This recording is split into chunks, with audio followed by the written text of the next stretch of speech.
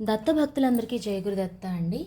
మీరు గనక గుళ్ళో ఏదైనా దానం చేయాలి అనుకుంటే గనక ముందుగా మనం అన్నం వండి పెట్టేసుకున్న తర్వాత పసుపు కొంచెం నూనె వేసుకున్న తర్వాత ఇలా పోపు రెడీగా పెట్టేసుకుని ఇందులో కలిపేసుకోవడమే.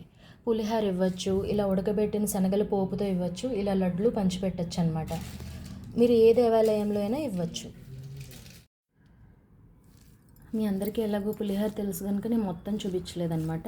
ఇంకా పోపులు ఇలా కలుపుకోవాలి, మొత్తం బాగా కలిసేటట్లు అన్నం అంతా కలిపేసుకుని పులిహోర రెడీ చేసుకుని మీరు దానం ఇవ్వచ్చు అనమాట. ఈ రకంగా మీరు తయారు చేసుకోవచ్చు. ఎలాగో అందరికీ తెలుసు కదా అని మొత్తంగా నేను పులిహోర ఎలా చేస్తాం ఇవి చూపించట్లేదు. కానీ దానం ఇవ్వడానికి మీకు చకచక అయిపోతుందన్నమాట, సంతోషిస్తారు కూడా.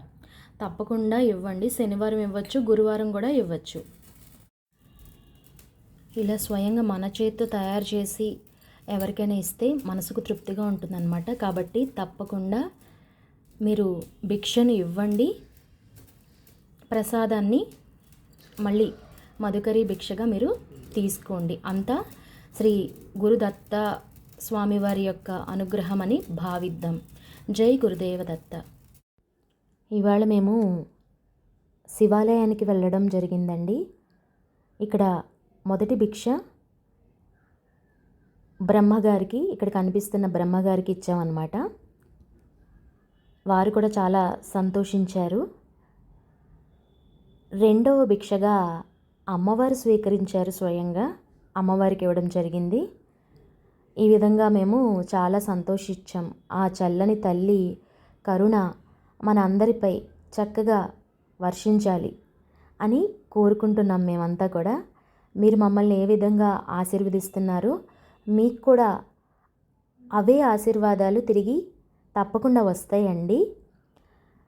ఈ చల్లని తల్లి కరుణ మన అందరి మీద ఉంటే చాలు, మన కొంగు బంగారం అయిపోతుందన్నమాట.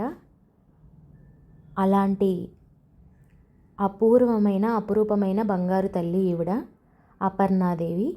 ఇక మూడో భిక్ష ఆ పరమశివుడికి, మరి శివాలయం కదా, ఇవాళ పరమశివుడు మా నైవేద్యాన్ని స్వీకరించాడు. ఎంత అదృష్టం అండి.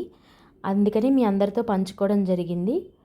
కావున మీరు కూడా ఇలా శనివారం కానీ గురువారం కానీ మీకు ఎప్పుడు వీలైతే అప్పుడు మీ చేతితో స్వయంగా ప్రసాదాన్ని చేసి తీసుకువెళ్ళండి. మీరు కూడా ఎవరైనా ప్రసాదం వండి పెట్టి ఇస్తే మాత్రం వద్దని తిరస్కారం చేయకూడదు.